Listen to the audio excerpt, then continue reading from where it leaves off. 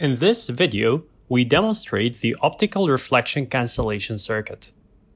This is the circuit used in our manuscript, stable and reduced line width laser through active cancellation of reflections without a magneto-optic isolator. The circuit consists of the following. 1. An inverse taper edge coupler to couple light from a lensed fiber connecting the distributed feedback DFB laser to the silicon photonic chip. 2. A routing Marzender interferometer, used for switching light on chip between two grating couplers for the fiber array alignment and between the lensed fiber and an output grating coupler. 3. The reflection cancellation circuit. 4. A device that's used to generate unwanted reflections on chip with varying magnitudes and phases. This is the experimental setup that was used to measure and compare a DFB laser optical spectrum, relative intensity noise, line width, and bit errors, with a magneto-optic isolator and without a magneto-optic isolator but with the RCC either disabled or enabled. All the instruments are connected through GPIB cables with the computer and interfaced using PyVisa, which is provided through Python software.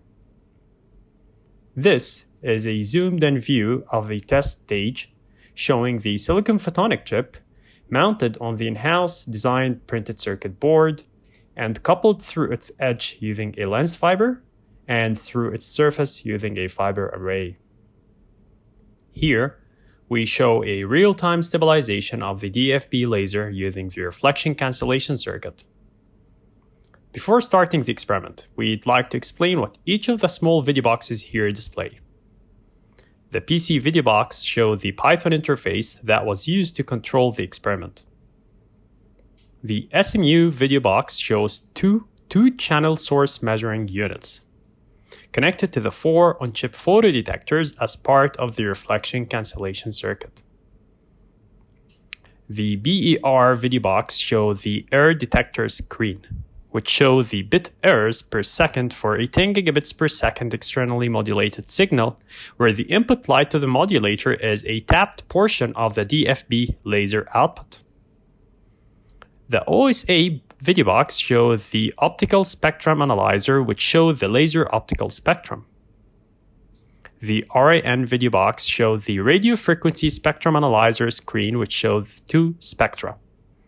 The red spectrum is the thermal noise spectrum, and the yellow spectrum is the total system noise spectrum, which includes the laser relative intensity noise. The relative intensity noise at the laser relaxation frequency is calculated and shown as well. The eye video box shows the oscilloscope screen, which shows the eye diagrams of the 10 gigabits per second externally modulated signal. After running the calibration part of the algorithm, we set the back reflections on chip to 0 dB, which means everything is getting reflected back on chip. This results to roughly minus 28 dB of back reflections. And we look at the laser output. The bit errors are large enough, flagging a synchronization error. Multiple peaks appear in the laser optical spectrum. The relative intensity noise increases, and the eye shows a high level of noise at the 1 level. Now, we turn on the dynamic stabilization. As we can see, the photocurrent at PD1 starts to reduce down.